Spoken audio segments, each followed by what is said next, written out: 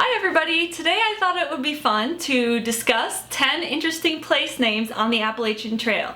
There are so many unusual place names on the Appalachian Trail, and I found myself wondering throughout the experience of my thru hike why things were named the way they were. So today I was able to do a little bit of research online about a lot of these places, though many of them are harder to find information about than you would expect, and I will be sharing that with you now.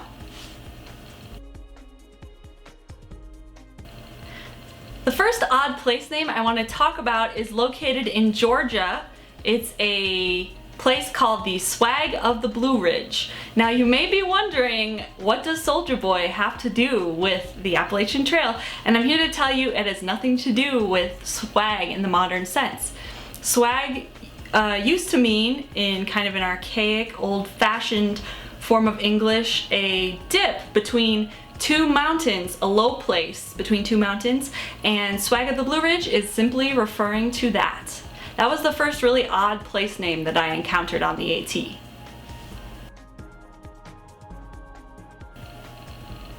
The second place name that I wanted to discuss is Swinging Lick Gap in North Carolina. Yes, you heard me right, Swinging Lick.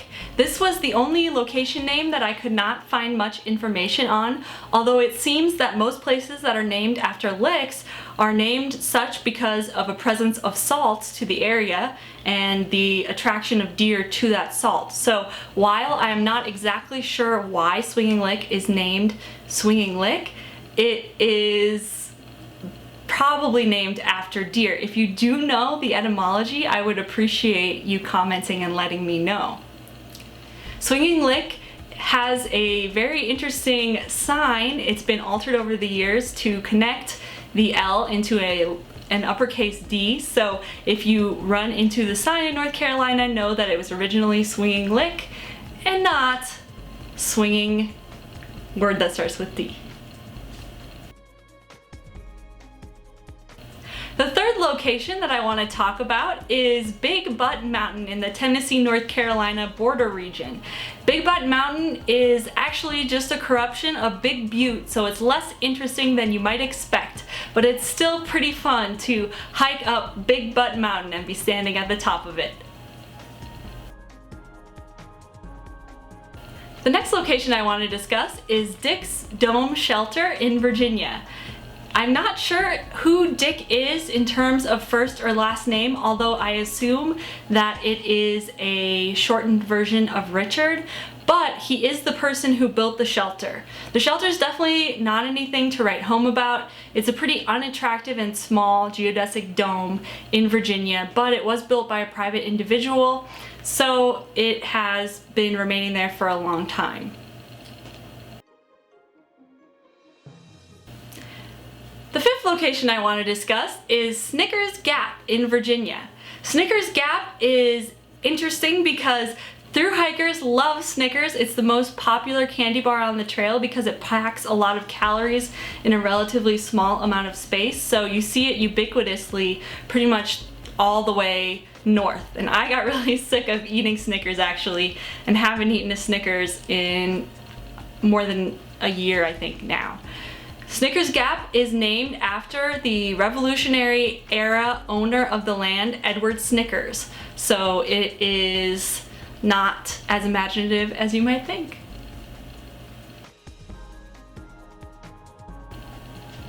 The sixth place name is Dead Woman Hollow, a location near the physical midpoint of the Appalachian Trail in Pennsylvania, allegedly named after a woman who was bitten by a rattlesnake and left for dead in the area in 1908. It was also the location of the double homicide of Rebecca White and her partner, Claudia Brenner. The seventh place name I want to talk about is Nuclear Lake, located in New York. Nuclear Lake is so named because in 1972 there was a chemical explosion that caused some windows to blow out in a nuclear facility near the lake, and some plutonium supposedly to be blown into the lake and the surrounding woods. However, according to the government, no real chemicals escaped, and in 1975 the area was cleared for general use. The 8th place name I'll be talking about is Jug End in Massachusetts. Jug End ended up having a quite surprising story that I was not expecting. I originally thought that Jug End would be the location of a still from Prohibition or something, but in fact, Jug End is an anglicized corruption of Jugend, the German word for youth. So someone decided to separate the first 3 letters and the second 3 letters of Jug End and make them into separate words. The 9th place I wanted to talk about is Mad Tom Notch in Vermont. Initially, I thought that Mad Tom Notch might be named after someone who lives in the area, like a local legend, or someone who was a hermit in the region. However, I have come to believe, despite the fact that there's not a lot of information online for this specific location, that Mad Tom Notch was named after freshwater catfish species. There are several species who live in North America, and I believe that it's named after that because there is a Mad Tom Brook that runs through Vermont. However, I could be incorrect, so someone please correct me if I made a mistake about that. The 10th and final place name I want to discuss in this video is Tumbledown Dick Stream in Maine. There are many unusual place names in Maine and New Hampshire, many in Maine of Abenaki origin. However, I was very intrigued by Tumbledown Dick Stream, so I did a little research. There are many pubs in the UK named after Tumbledown Dick, who was Richard Cromwell, Oliver Cromwell's unsuccessful son, who from 1658 to 59 served 9 months after his father's death as Lord Protector before he had to surrender to the army. Because of his fall from power, Tumbledown Dick became a 18th century and 19th century joke about people who fall down drunk, I believe, and also became a common name for pubs. Because the water in the stream runs downward, I believe that that is why it is named Tumbledown Dick Stream, reflecting Richard's fall from power.